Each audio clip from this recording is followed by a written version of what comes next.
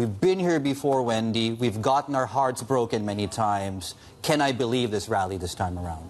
I think this time the rally is supported by an earnings turnaround that we have not seen since the first half of 2021.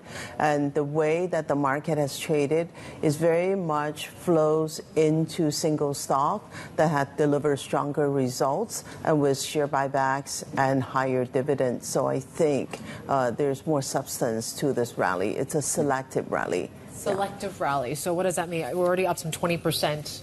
For MSCI China, Hang Seng, what can you still chase?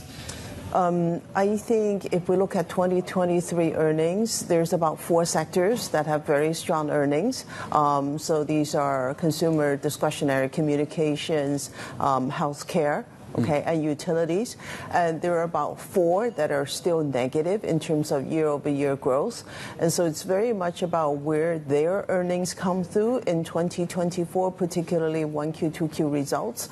On the cycle analysis, it would indicate the laggards at some point will turn, and the style may move from value to growth as we move from the early recovery zone to the expansion zone.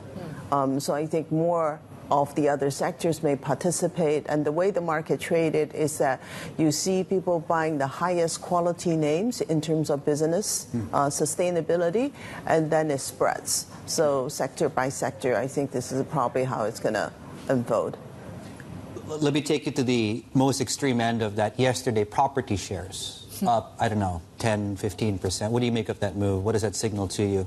I think it's anticipating any policy that could be coming out today, near term, further easing, and particularly there could be buy versus build program.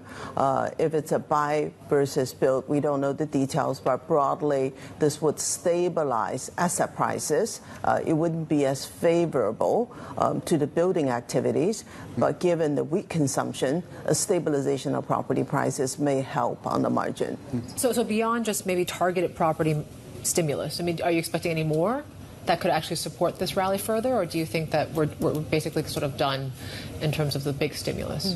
The question that people raise is that if you do go through a buy instead of build program, how much money is behind that? And we don't have an answer to that, but that's where the feedbacks has been coming through. And I think judging from the amount of restrictions that are still in place, you could still see more easing coming through, and it's how the retail market respond to that. Now, granted, the most sensitive market in China has been none other than Shenzhen, and Shenzhen's transaction volume picked up in the months of March, and I think the early signs that market responding to something recovering was Shenzhen, and that's been around for about a month now. Yeah, I guess just to follow up on property, it's that group of stocks on a market cap basis is such a tiny part of this market anyway. And I'm wondering whether or not should there be a temptation to allocate more to property at this point, just given how small these stocks are anyway at this point in time. Like, what's your sense of how important it is to have property in your portfolio as, I guess, something that delivers alpha? Yeah, so if you look at our sector analyst view, they do think that there are waves of speculation surrounding easing, and ultimately it's going to be where the demand comes in.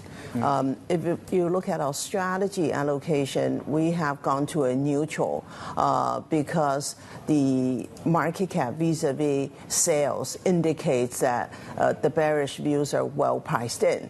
And I think what's critical is the top 100 developer sales data.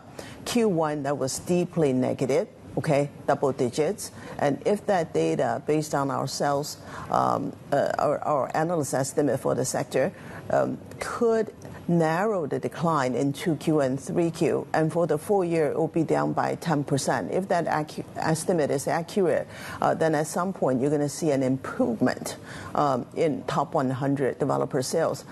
So I think it's a process where a little bit come through, and then at some point it adds up. So my call is in the second half of this year, property prices in the secondary market will see stabilization because there's 20 million upgrader demand.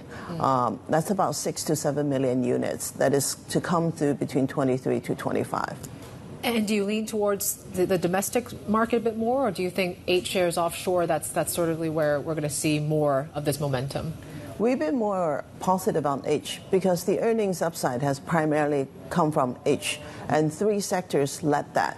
And these are all POEs that are proactively cutting costs and lifting shareholder returns. They're mostly internet, communication services, consumer discretionary, and then surprisingly healthcare.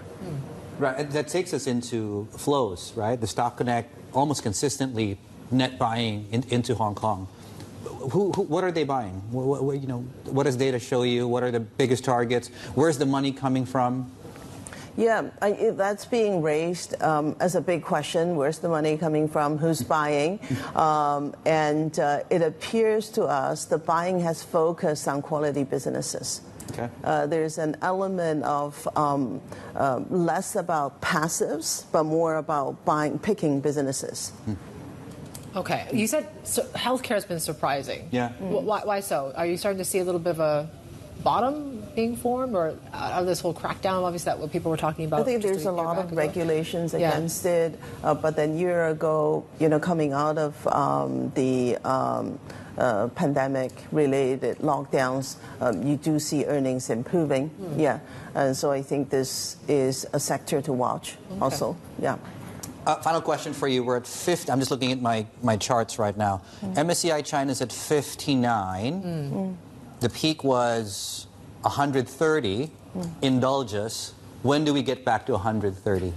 How many years do I have to wait? Okay. So our index target is 66 for this year. Stretch target 70.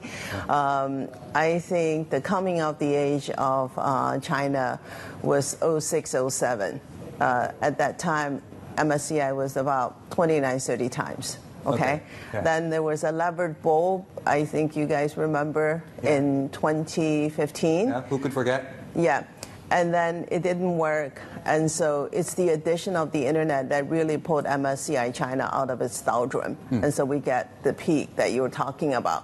When can it back to that level? That keeps me awake at night. I don't have a good answer. But I think we take one step at a time.